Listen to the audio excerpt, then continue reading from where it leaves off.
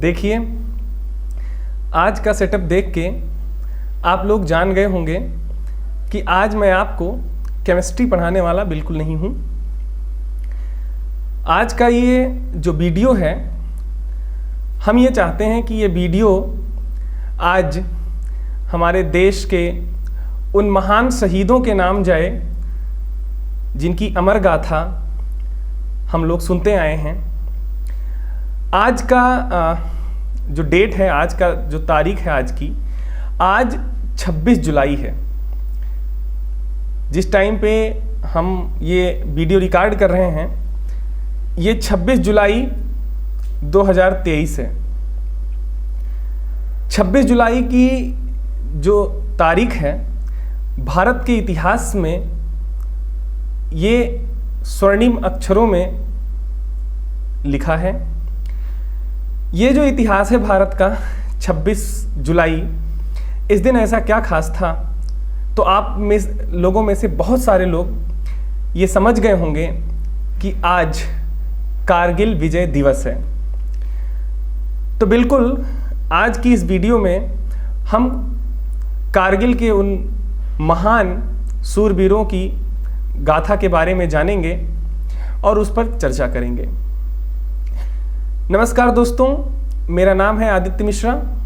Decimal study zone पे आपका स्वागत करता हूं।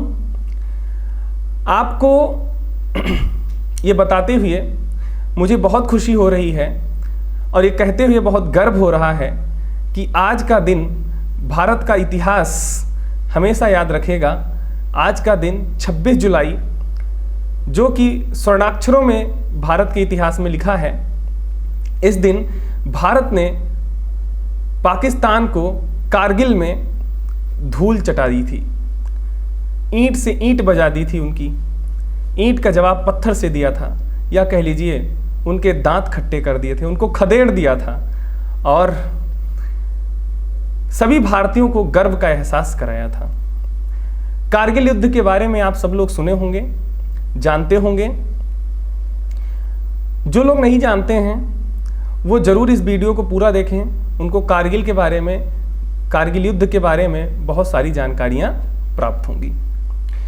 सबसे पहले हम आपको बताना चाहते हैं कि कारगिल युद्ध जो है, आप लोग इस नाम से सुनते हैं कारगिल युद्ध, कारगिल युद्ध। ये कारगिल युद्ध इसलिए बोला जाता है क्योंकि ये जम्मू कश्मीर में एक जिला है, एक डिस्ट्रिक्ट है जिसका नाम है कारगिल। वहाँ पर ये युद्ध भारत और पाकिस्तान की सेनाओं के बीच में मई 1999 से जुलाई 1999 के बीच लड़ा गया। और विजयी कौन रहा? वो तो भारत को ही होना है। भारत के सैनिक जो है बहुत ही वीरता से लड़े और भारत को विजय प्राप्त हुई। इसमें पूरा घटनाक्रम क्या था, इस युद्ध के पीछे की वजह क्या थी, सारी बातों को बताने में हमें बहुत गर्व महसूस हो रहा है। और हमारी पूरी टीम, एडिटिंग टीम और वीडियो शूटिंग टीम और रिकॉर्डिंग, सारे जो यहाँ के मेंबर्स हैं, सारे जो सदस्य हैं, इस वीडियो को रिकॉर्ड करने में इनको भी बहुत ही गर्व की अनुभूति हो रही है। आज का दिन हमारे लिए बहुत ही गौरवशाली है। 26 जुलाई 1999 को भारत कारगिल में विजयी हुआ था। आइए हम इस पे चर्चा कर लेते हैं कि ये कारगिल युद्ध क्या था। तो मैंने आपको जैसा कि अभी थोड़ी देर पहले बताया कि ये कश्मीर के कारगिल ज़िले में लड़ा गया था, जो कि पाकिस्तान की सेना ने एक बहुत ही बड़ी हिमाकत की थी। और जैसा कि उसकी हमेशा से आदत रही है, चूँकि पाकिस्तानियों की तो आदत है कि वो हर चीज़ में टांग अड़ाएंगे, तो ऐसा उन्होंने किया। कब किया? 1999 में। कारगिल चूँकि 18,000 फीट की ऊंचाई पर, कारगिल में वो स्थान, वो क्षेत्र, वो जगह है 18,000 फीट की ऊंचाई पे। अब आप समझ सकते हैं वहाँ पे सर्दी कितनी पड़ती होगी, कितनी ठंडी होती होगी। बहुत ठंडा मौसम है, ऑक्सीजन की कमी है। वहाँ पे सरवाइव करना मानव के लिए आसान बिल्कुल नहीं है। इन सारी परिस्थितियों से सामना करना इंसान के लिए संभव नहीं है। वैसे असंभव तो कुछ नहीं, हमारी भारतीय सेना के लिए असंभव कुछ भी नहीं है। हम इनकी जितनी तारीफ करें सब कम है, लेकिन कारगिल तो बहुत ऊंचाई पर था, तो एक समझौता हुआ कि जो पेट्रोलिंग होती है, पेट्रोलिंग शब्द से आप परिचित हैं, अगर नहीं परिचित हो तो पेट्रोलिंग का मतलब होता है देख रेख।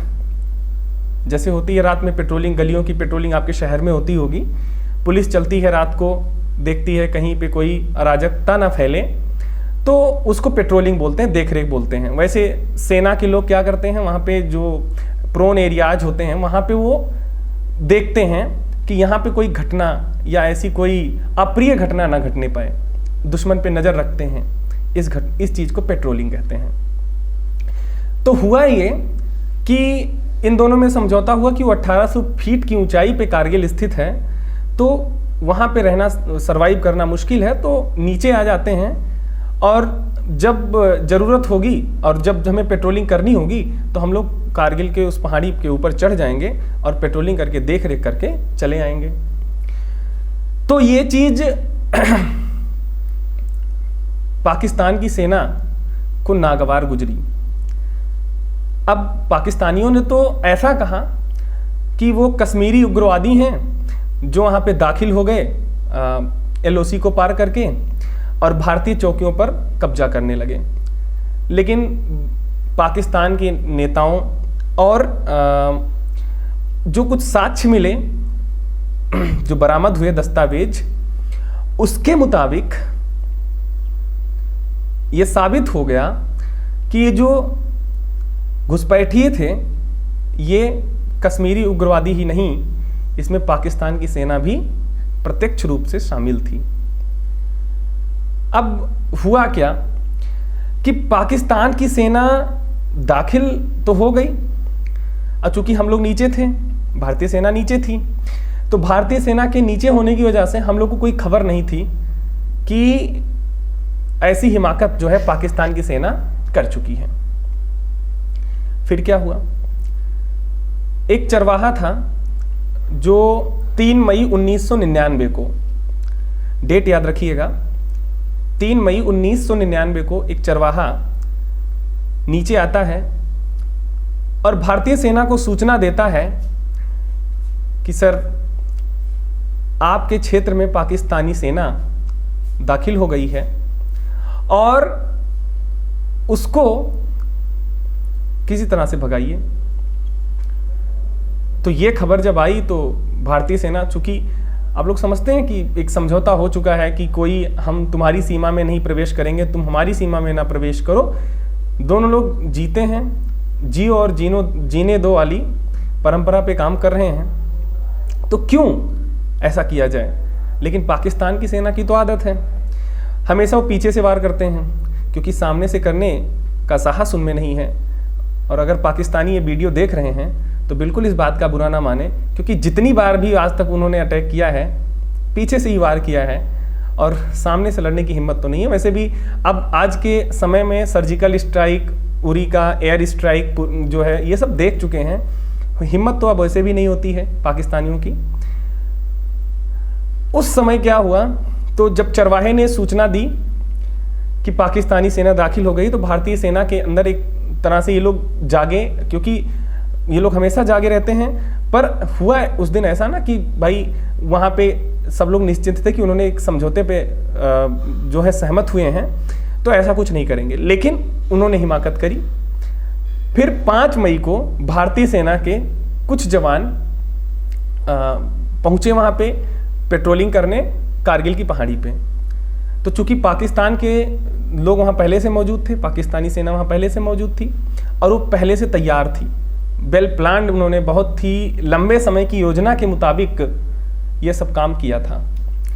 तो भारतीय सेना जब वहाँ पहुँची तो उनमें से 5 जवानों को उन्होंने 5 जवानों की निर्मम हत्या कर डाली। कहते हुए बहुत दुख हो रहा है, हमारे जवानों को, हमारे जाबाज सिपाहियों को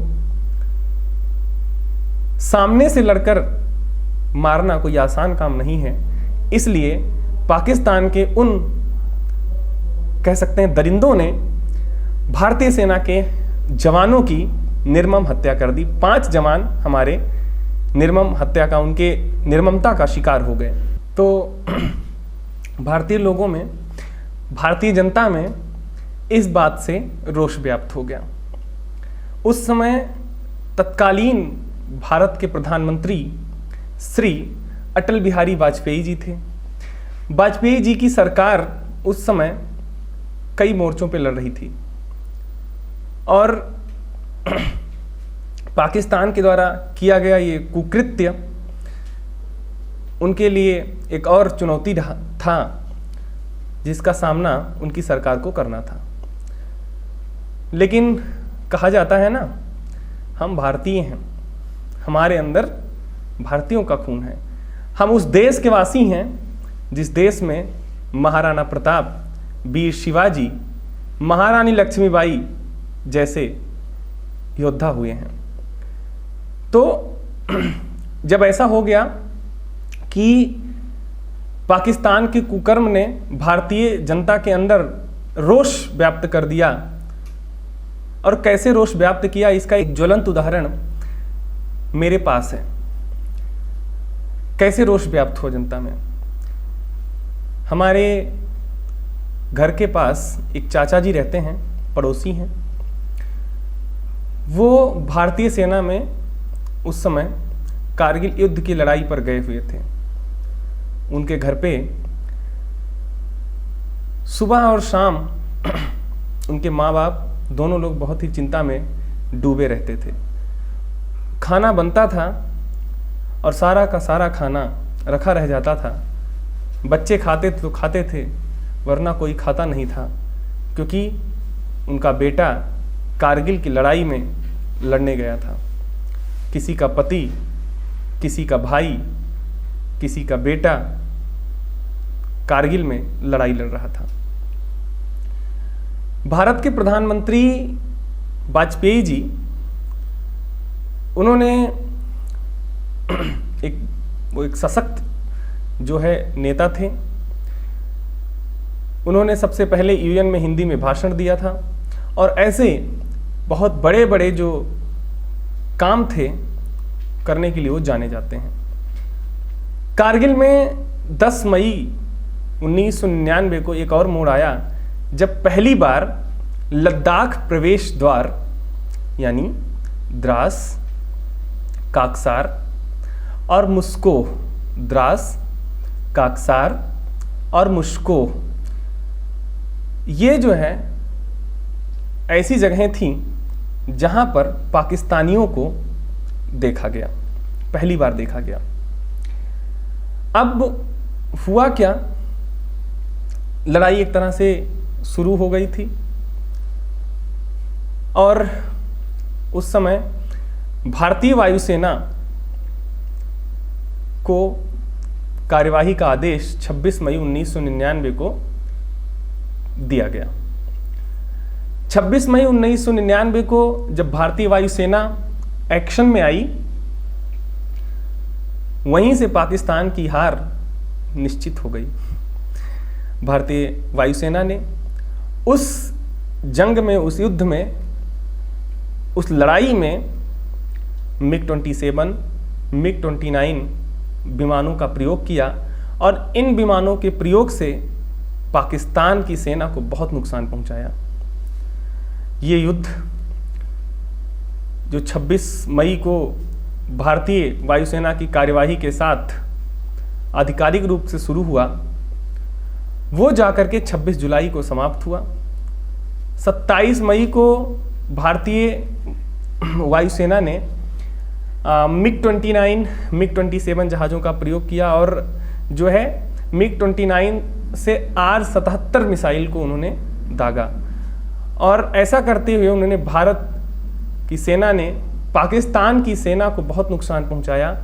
इतनी नुकसान पहुंचाई गई भारतीय सेना द्वारा पाकिस्तान की सेना को कि उनके 5000 जो घुसपैठिए थे उसमें से 2700 लोग मारे गए। आप अंदाज़ा लगा सकते हैं 2700 लोगों की मौत कोई इतनी छोटी संख्या नहीं है। फिर भी पाकिस्तान की तो आदत है, कुत्ते की पूंछ कब तक सीधी रहेगी, जब तक आप उसको बंदूक की नली में डाले हैं।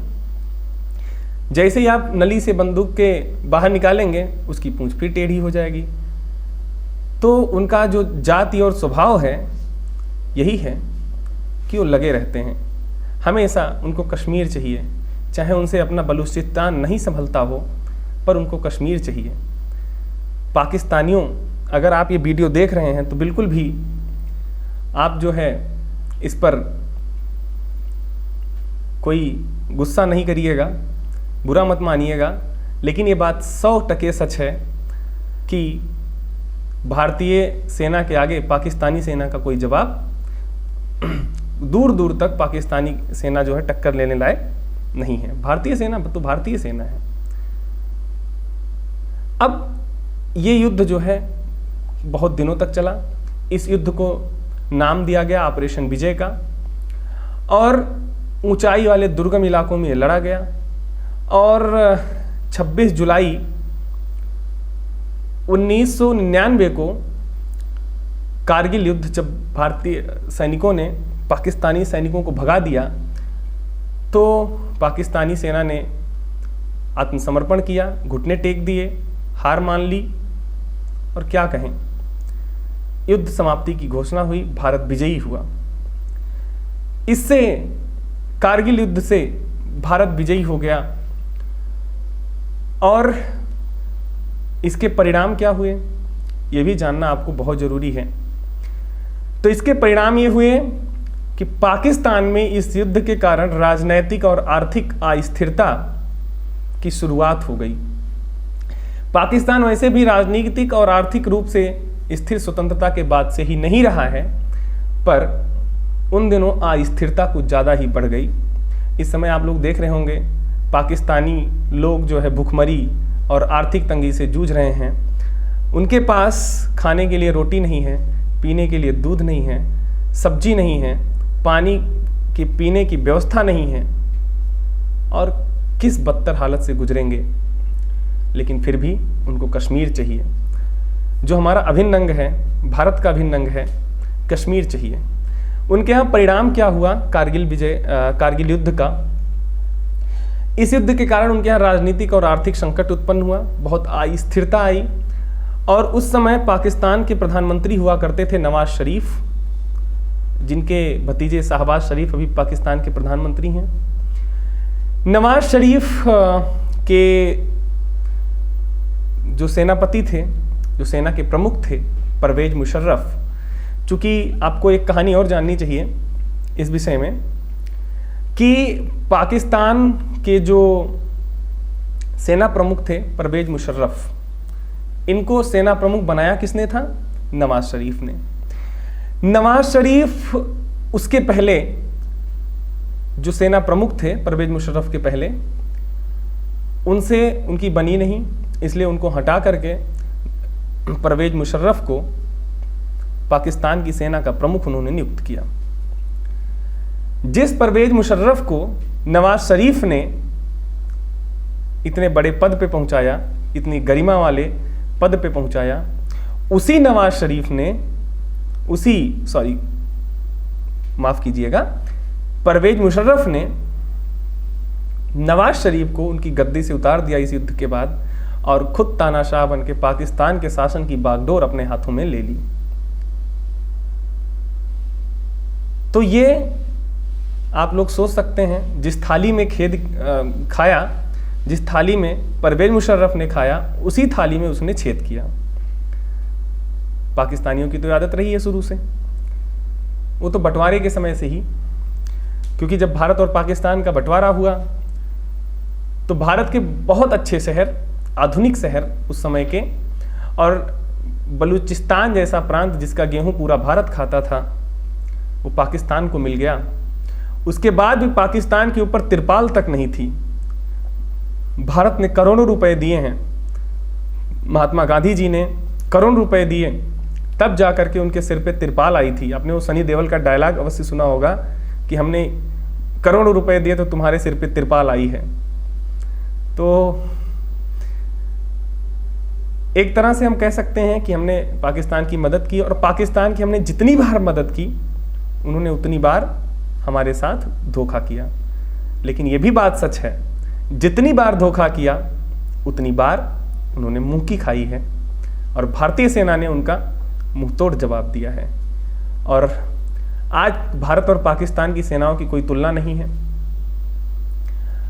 उन्होंने थोड़ी बहुत हिमाकत करके देख ली थी उरी में, और फिर बालासोर में जो एयर स्ट्राइक हुआ, उसके बाद पाकिस्तानी सेना अब ये जान चुकी है कि भारत के साथ उनके युद्ध लड़ने से उनका कोई फ़ायदा नहीं होने वाला है। आज के डेट में हम चाइना के साथ भी आंख से आंख मिला के बात कर सकते हैं, और हमारी सेना निरंतर जो है वो प्रगतिशील है। आपने जाना कि पाकिस्तान में इस युद्ध का क्या परिणाम हुआ। वहाँ के प्रधानमंत्री को अपने पद से हटना पड़ा और परवेज मुशर्रफ वहाँ के शासक बने। इसके बाद भारत में क्या परिणाम हुआ। भारत के लोग बहुत देश प्रेमी हैं, और भारत के बाद वो युद्ध के बाद भारत में एक देश प्रेम की भावना उमड़ पड़ी, और सब लोग जो है वो भारतीय अर्थव्यवस्था को मजबूत करने के लिए अपने अपने हिसाब से कदम उठाना शुरू कर दिए।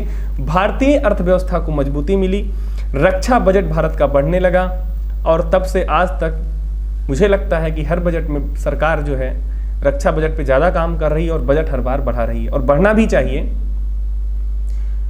तो भाइयों, ये जो वीडियो थी ये कारगिल के उन शहीदों के नाम थी जिन्होंने हमारे देश के लिए, हमारे समाज के लिए, हमारे इस देश की, हमारी भारत माता की रक्षा के लिए अपना सर्वस्व बलिदान कर दिया।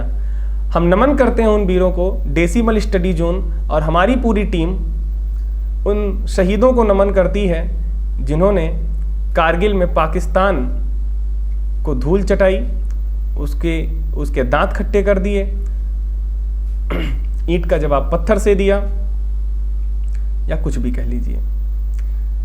तो एक बार फिर से हम उन सारे जवानों को नमन करते हैं और जय हिंद करते हैं आपसे, और आपसे एक गुजारिश करते हैं कि आप लोग डेसिमल स्टडी जोन को सब्सक्राइब करें, शेयर करें, और ये वीडियो लोगों तक पहुंचाएं जिससे कारगिल युद्ध के बारे में सबको जानकारी मिल सके। और ऐसे ही फैक्ट्स के लिए और करंट अफेयर्स की जानकारी के लिए हमारे साथ जुड़े रहें, डेसिमल स्टडी जोन के साथ जुड़े रहें। इसी के साथ इस वीडियो में इतना ही। हम अपनी वाणी को विराम देंगे। जय हिंद।